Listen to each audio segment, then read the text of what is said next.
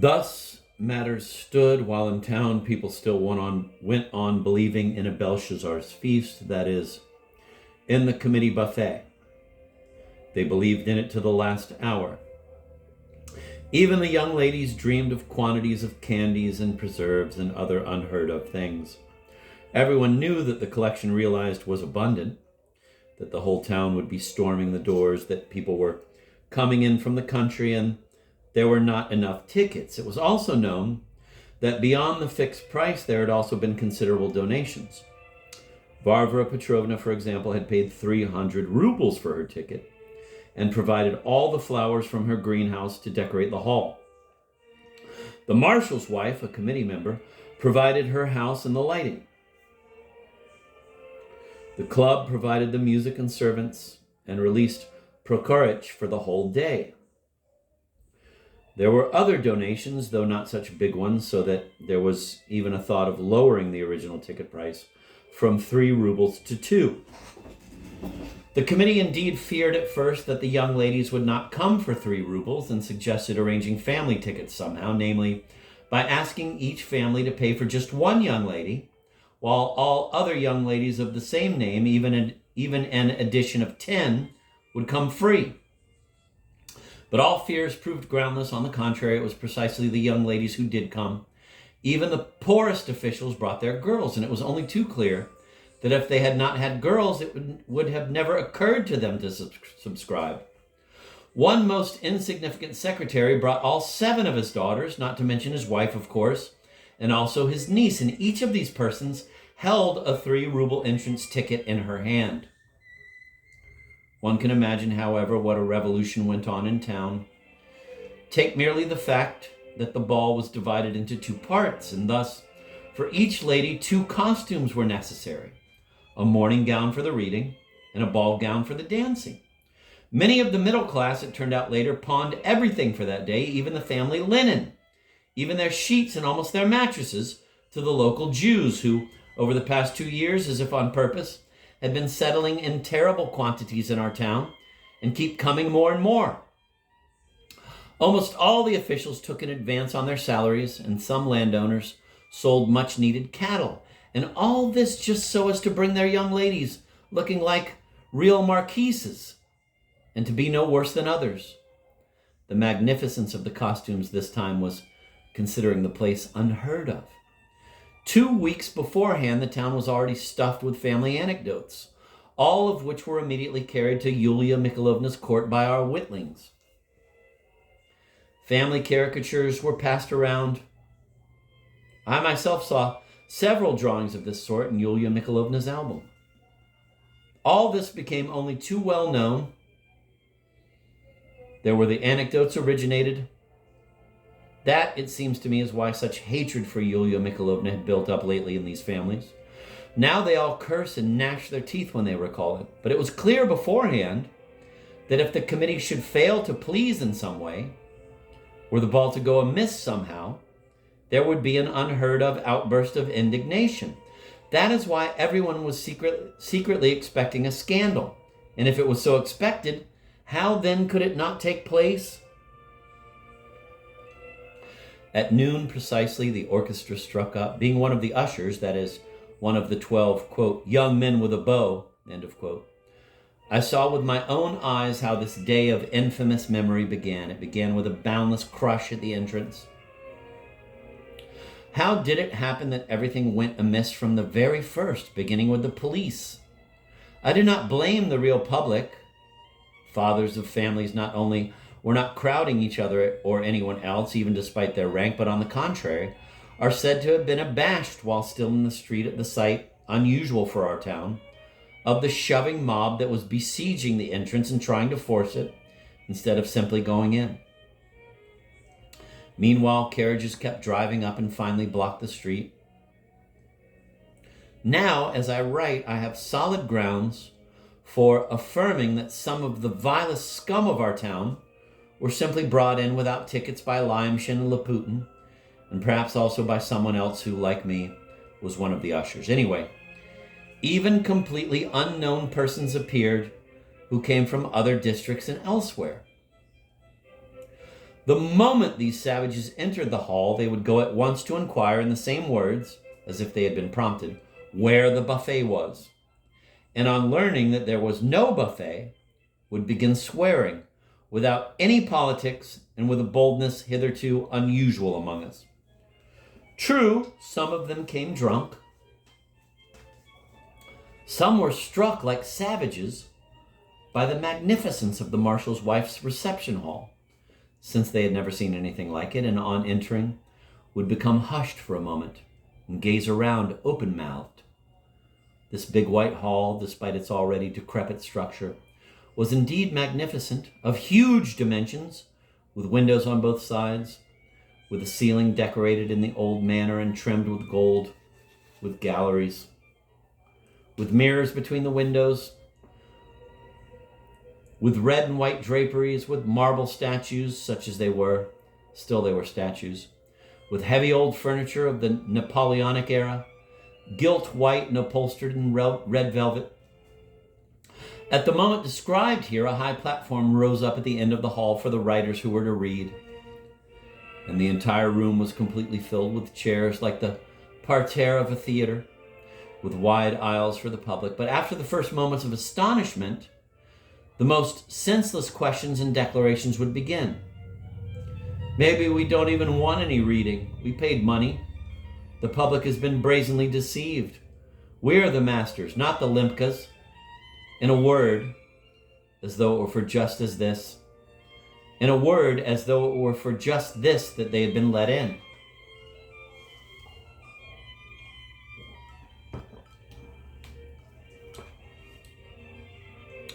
I recall particularly one confrontation in which yesterday's visiting princeling distinguished himself, the one who had been at Yulia Mikhailovna's that previous morning, in his standing collar and looking like a wooden doll.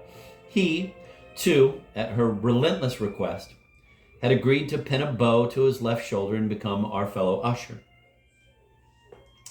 It turned out that this mute wax figure on springs knew, if not how to speak, then at least after a fashion how to act. When one pockmarked, colossal retired captain, supported by a whole crew of various scum crowding at his back, began to pester him about where to get to the buffet, he winked to a policeman. The directive was promptly fulfilled. In spite of his swearing, the drunken captain was dragged out of the hall. Meanwhile, the, quote, real, end of quote, public also began finally to appear, and in 3 long lines threaded its way down the 3 aisles between the chairs. The disorderly element began to quiet down, but the public, even the cleanest part of it, had a displeased and amazed look. Some of the ladies were quite simply frightened.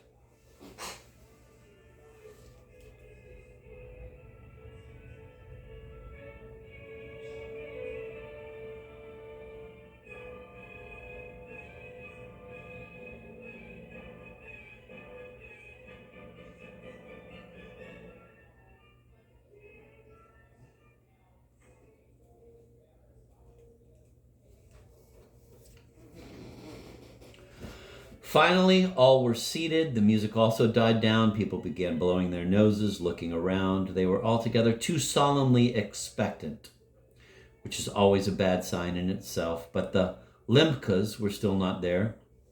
Silks, velvets, diamonds shone and sparkled on all sides. Fragrance permeated the air. The men were wearing all their decorations, and the old men were even wearing their uniforms. Finally, the marshal's wife also appeared, together with Liza. Never before had Liza been so dazzlingly lovely as that morning, or so magnificently attired. Her hair was done up in curls, her eyes flashed, a smile shone on her face. She produced a visible effect. She was looked over, whispered about. People said she was seeking Stavrogin with her eyes, but neither Stavrogin nor Varvara Petrovna was there. I did not then understand the expression of her face. Why was there so much happiness, joy, energy, strength in this face? I kept recalling yesterday's event and was nonplussed. The Limkas, however, were still not there. This was indeed a mistake. I learned afterwards that Yulia Mikhailovna had waited till the last minute for Peter Stepanovich, without whom she could not take a step lately, though she never admitted it to herself. I will note in parenthesis that at the last committee meeting, the previous day, Peter Stepanovich had refused the usher's bow, which had upset her very much, even to tears. To her surprise, and afterwards to her great embarrassment, which I announced beforehand, he disappeared for the whole morning and did not come to the literary reading at all, so that no one met him until that same evening. Finally, the public began to show obvious impatience. No one appeared on the platform either. In the back rows, people began clapping as in a theater. Old men and ladies were frowning. The Lemkas were obviously giving themselves too many airs. Even among the best part of the public, an absurd whispering began that perhaps the ball would indeed not take place, that perhaps Lemk himself was indeed not well, and so on and so forth. But thank God the Lemps finally appeared, he leading her by the arm. I confess I myself was terribly worried about their appearance, but the fables thus were falling, and truth was claiming its own. The public seemed relieved. Lemk himself apparently was in perfect health, as I recall everyone else also concluded. For one can imagine how many eyes were turned on him. I will note as characteristic that generally very few people in our higher society suppose that Lemk was somehow not quite well, and his deeds were found perfectly normal, so much so that even the previous day's episode in the square was received with approval. Should have done it that way from the start, the dignitaries said. But no, they come as philanthropists and end up with the same thing without noticing that it's necessary for philanthropy itself. So at least they reasoned in the club. They only blamed him for getting into a temper over it. Quote, one has to keep cool, but after all, the man is new at it, end of quote, the connoisseurs said. With equal greediness, all eyes turned to Yulia Mikhailovna as well. Of course, no one has the right to demand of me as a narrator too detailed an account of one point. Here is a mystery. Here is woman. But one thing I do know, the previous evening, she had gone into Andrei Antonovich's study and was with him till well past midnight. Andrei Antonovich was forgiven and consoled. The spouses agreed in all things, everything was forgotten. And when, at the end of their talk, von Lemk did go on his knees all the same, remembering with horror the main concluding episode of the previous night, the lovely little hand, and after it the lips of his spouse, blocked the fiery outpouring of penitent speeches of a man chivalrously delicate, yet weakened by tenderness. Everyone saw happiness on her face. She walked with a candid air and in a splendid dress. It seemed she was at the summit of her desires. The ball, the goal and crown of her politics, was realized. As they proceeded to their places just in front of the platform, both Lemps were bowing and responding to others' bows.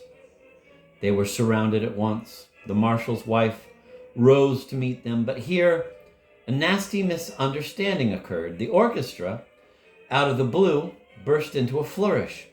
Not some sort of march, but simply a dinner-time flourish, as at table in our club, when they drink someone's health during an official banquet. I know now that this was owing to the good services of Lyamshin, in his capacity as usher, supposedly to honor the entrance of the Lemkas.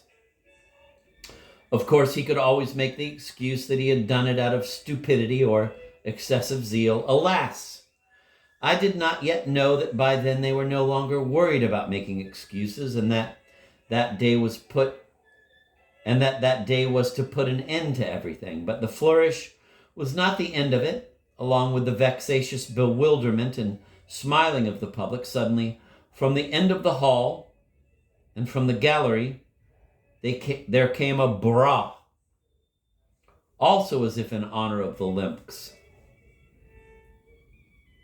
The voices were few, but I confess they lasted for some time.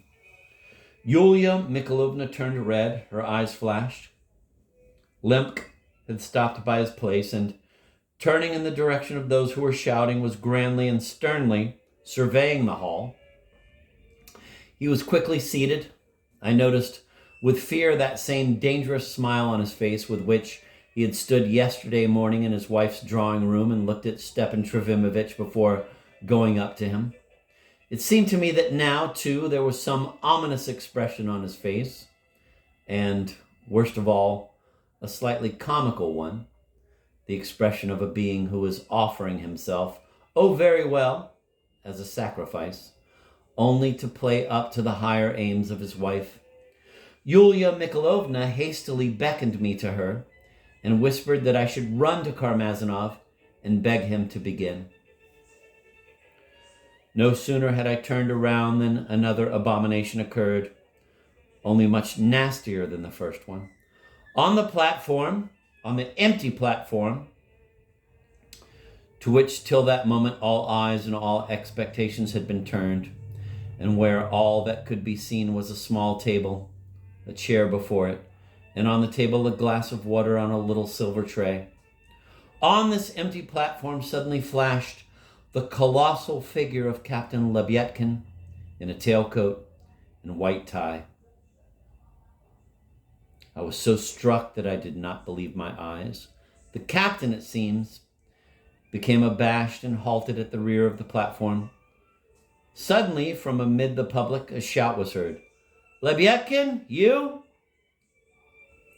The captain's stupid red mug, he was totally drunk, spread at this cry into a broad, dumb smile. He raised his hand, rubbed his forehead with it, shook his shaggy head, and, as if venturing all, stepped 2 steps forward and suddenly snorted with laughter. Not loud, but long, happy, rippling, which sent his whole fleshy mass heaving and made his little eyes shrink. At the sight of this, nearly half the public laughed. 20 people applauded. The serious public gloomily exchanged glances. All this, however, lasted no more than half a minute. Suddenly, Laputin, with his usher's bow and 2 servants, ran out on the platform.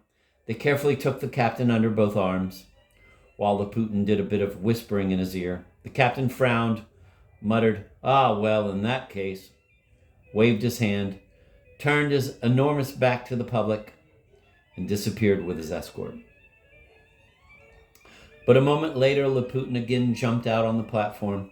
On his lips was the sweetest of his perennial smiles, which usually resembled vinegar and sugar, and in his hands was a sheet of writing paper. With small but rapid steps, he came to the edge of the platform. "Ladies and gentlemen," he addressed the public, "by oversight, a comical misunderstanding took place, which has been removed, but I, not without hope, have taken upon myself a charge and a profound, most respectful request from one of our local town bards, moved by a humane and lofty goal, in spite of his looks, the very same goal which has united us all, to dry the tears of the poor, educated girls of our province. This gentleman, that is, this local poet, while wishing to preserve his incognito very much, wished to see his poem read before the start of the ball. That is, the reading. Although this poem is not on the program and doesn't figure because it was delivered only half an hour ago, yet it seemed to us who? I'm citing this abrupt and muddled speech verbatim, that with its remarkable naivete of feeling combined with as remarkable a gaiety, the poem could be read, that is, not as something serious, but as something suited to the festivities, to the idea, in short. Moreover, these few lines. And so I wanted to ask permission of the benevolent public. "Read it!" barked a voice from the end of the hall. Shall I read it then? Read it, came many voices. I'll read it. With the public's permission, Laputin twisted himself up again with the same sugary smile.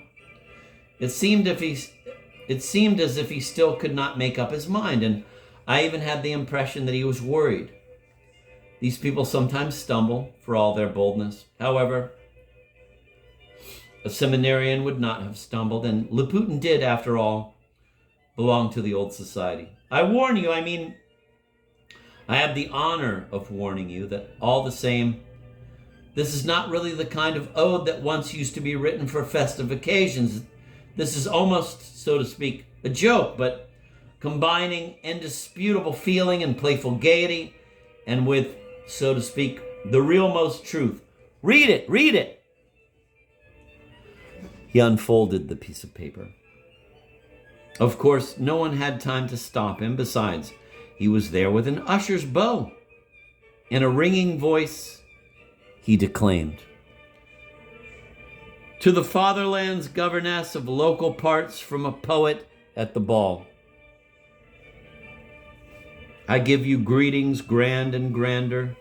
Governess, be triumphant now. Retrograde or true George Sander, be exultant anyhow." "But that's Lebedekin's. It's Lebedekin's," several voices echoed. There was laughter and even applause, though not widespread. "You teach our snot-nosed children French from an alphabetic book. The beadle even in a pinch for marriage you won't overlook. Hurrah, hurrah!" But now when great reforms are flowering, even a beadle's hard to hook.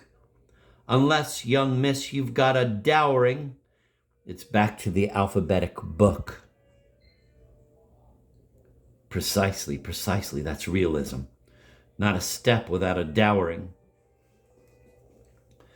Today, however, with our hosting, we have raised much capital, and while dancing here, we're posting a dowry to you from this hall. Retrograde or true George Sander, be exultant anyhow.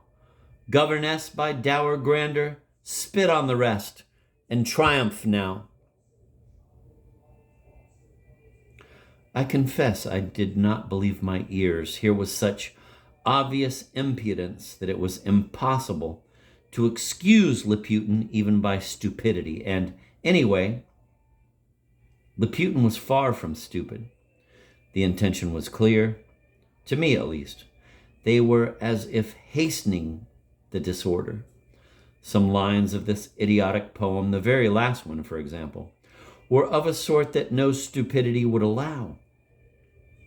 Laputin himself seemed to feel that he had taken on too much.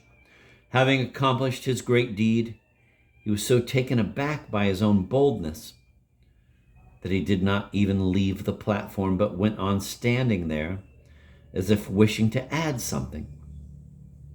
He must have supposed it would come out somehow differently. But even the bunch of hooligans who had applauded during the escapade suddenly fell silent, as if they too were taken aback. Stupidest of all was that many of them took the whole escapade in a pathetic sense, that is, not as lampoonery, but indeed as the real truth concerning governesses, as verse with a tendency. But these people, too, were finally struck by the excessive license of the poem. As for the rest of the public, the entire hall was not only scandalized, but visibly offended. I am not mistaken in conveying the impression. Yulia Mikhailovna said afterwards that she would have fainted in another moment. One of the most venerable little old men helped his little old lady to her feet, and they both left the hall, followed by the alarmed eyes of the public.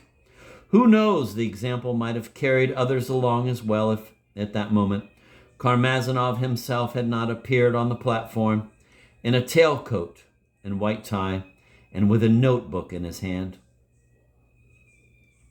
Yulia Mikhailovna turned rapturous eyes to him as to a deliverer, but by then I had already gone backstage. I was after Laputin.